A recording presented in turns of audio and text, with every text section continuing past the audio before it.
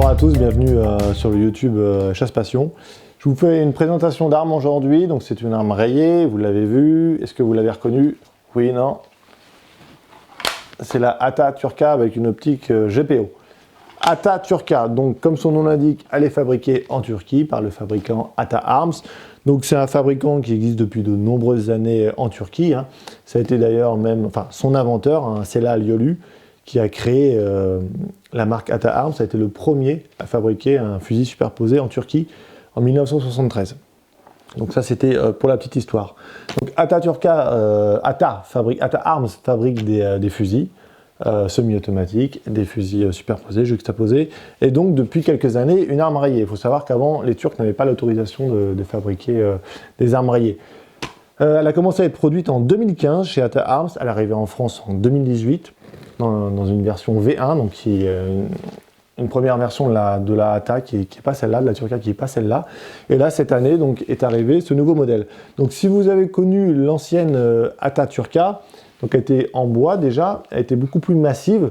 On avait un chargeur qui ne dépassait pas de la crosse. On avait aussi également un chargeur avec arrêtoir de culasse. On n'avait pas de busque amovible. Donc voilà, il y a eu pas mal d'évolutions qui ont été faites. Et je vais vous présenter en détail donc du coup ce nouveau modèle. Donc on va partir du talon. On a une crosse, une plaque de couche en caoutchouc avec un petit renfort en polymère pour pas qu'elle bouge à l'épaule et pour éviter qu'elle s'abîme. On peut régler sa longueur de crosse avec un système de cale, assez classiquement. Grosse nouveauté, vous le voyez forcément, c'est ce busque amovible.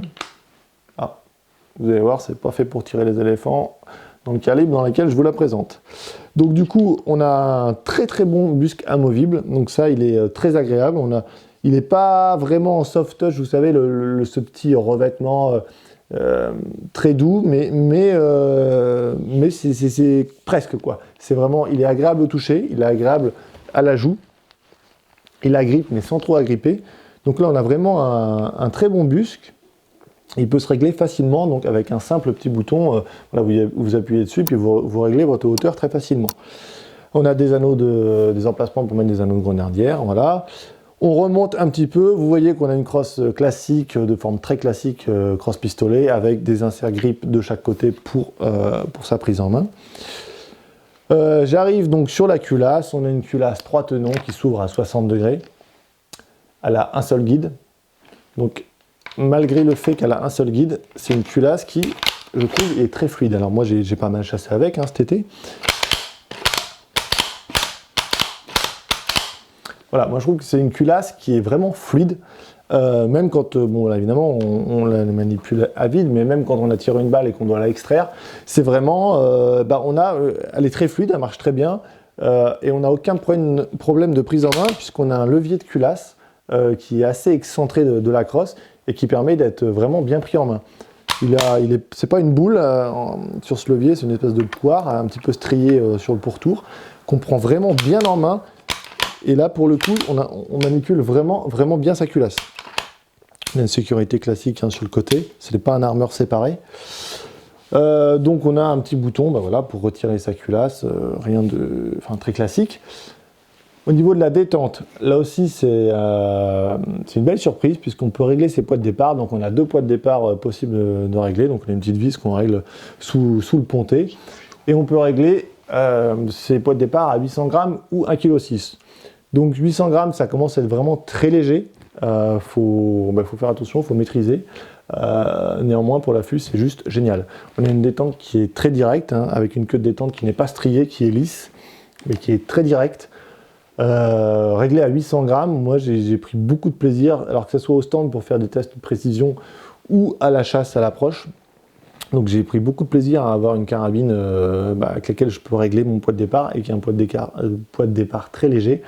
Et ensuite le second poids de départ, donc c'est 1,6 kg. Donc là ça commence à être beaucoup plus dur. Et pour la battue c'est très bien, ça évite des coups de doigt, ça évite aussi de tirer trop vite. Donc voilà, on a vraiment 2 poids de départ qui sont étudiés pour l'affût et pour la battue. Ensuite on a un chargeur, donc là comme je vous disais, qui est nouveau, puisqu'on n'a pas d'arrêtoir de culasse. Et les balles vont donc s'empiler les unes sur les autres, à savoir que la carabine est vendue avec 2 chargeurs.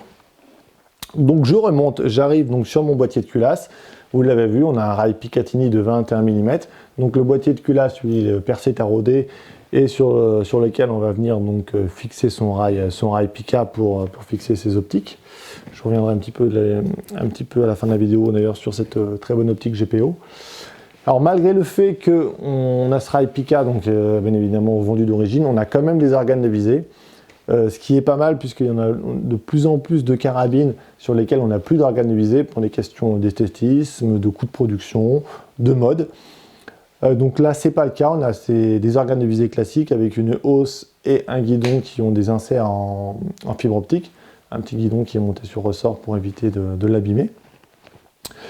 Donc au niveau du chambrage, puisque j'en suis à ce niveau-là, la carabine Ataturka elle est chambrée uniquement en 2 calibres. 243 Winchester et 308 Winchester. Dans les 2 calibres, la longueur de canon est la même, elle fait 61 cm. On a un canon de très bonne qualité, puisque moi je l'ai testé, enfin je vous le dirai juste après, mais il est très précis. Donc on a un canon fileté M14, on va mettre un frein de bouche ou surtout un modérateur de son, puisque je vous dirai à la fin pourquoi c'est pas forcément utile de mettre un frein de bouche.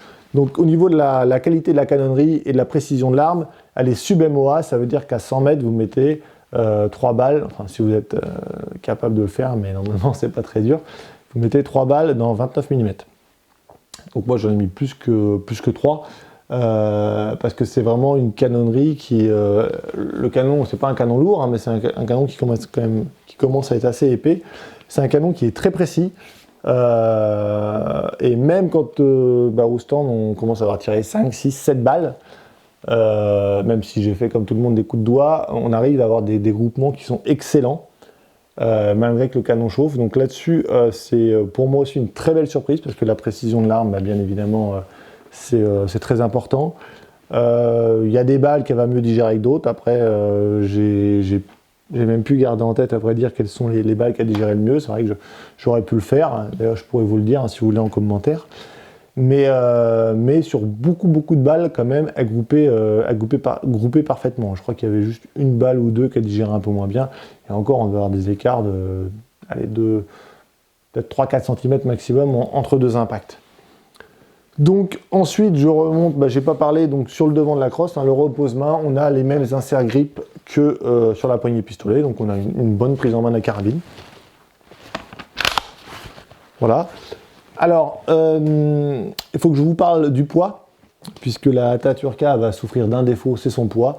Elle fait 4 kg. Moi je l'ai mesuré, je l'ai pesé, pardon, elle fait 3 kg 990, enfin, selon avec une balance de précision, ça oscille entre 3 kg 950 et 4 kg.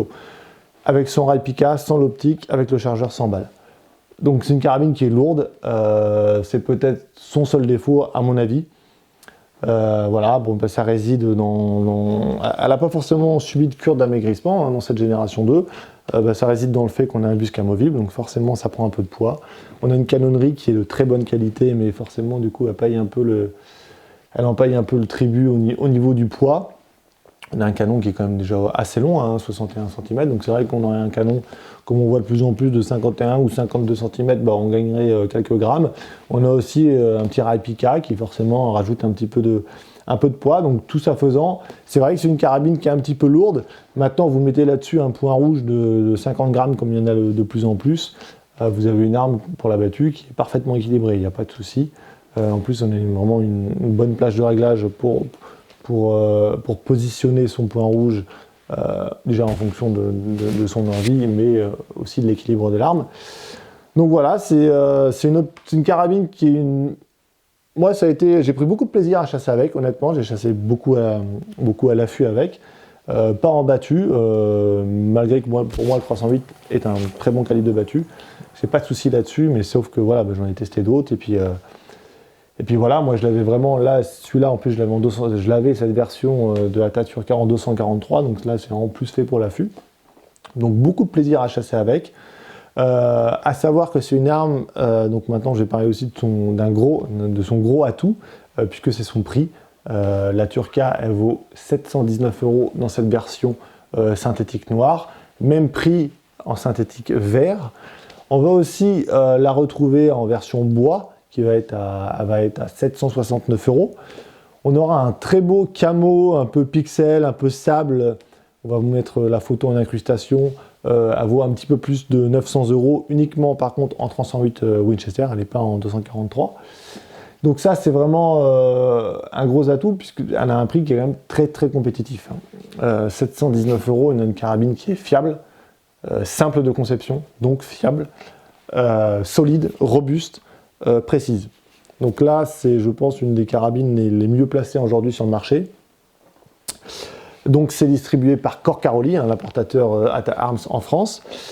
Et pour finir, je vais vous parler rapidement donc, de cette optique. Donc c'est une lunette GPO Spectra 1250i qui est également distribuée par Corcaroli. Donc GPO, ça veut dire German Precision Optique.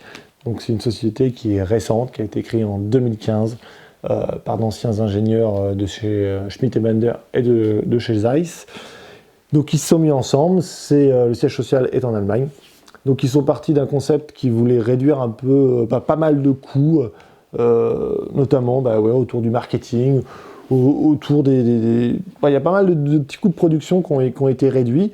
Ils veulent faire c'est même pas qu'ils veulent, c'est qu'ils ont réussi à faire des optiques haut de gamme, puisque c'est vraiment à mon sens une marque premium. Donc la conception, la réalisation, le design, tout ça c'est fait en Allemagne. Les parties complexes, par exemple le réticule lumineux, sont fabriquées en Allemagne. Et pour le reste, tout est assemblé en Chine et au Japon. Donc tout est fait là-bas selon donc, un cahier des charges précis allemand. Ensuite, ça revient en Allemagne. Il y a un contrôle qualité important, très important, qui est fait là-bas à Munich. Et ensuite, c'est vendu et expédié en France. Donc on a toute une gamme de Spectra, que ce soit pour la chasse ou pour le tir. Cette lunette de 1250i, elle s'est bien mariée avec la Turca. Elle n'est pas très lourde, là, elle, pour le coup, parce qu'elle fait 590 grammes. Donc, elle n'a pas de réglage de parallaxe, parce que c'est uniquement une x12. Donc ça, c'est pas mal. On a un très bon réticule lumineux. Et on a surtout, ce qui fait la force de GPO, c'est ces lentilles, c'est ces verres. On a vraiment une lunette qui est d'une grande clarté, avec une transmission de lumière qui est vraiment impressionnante.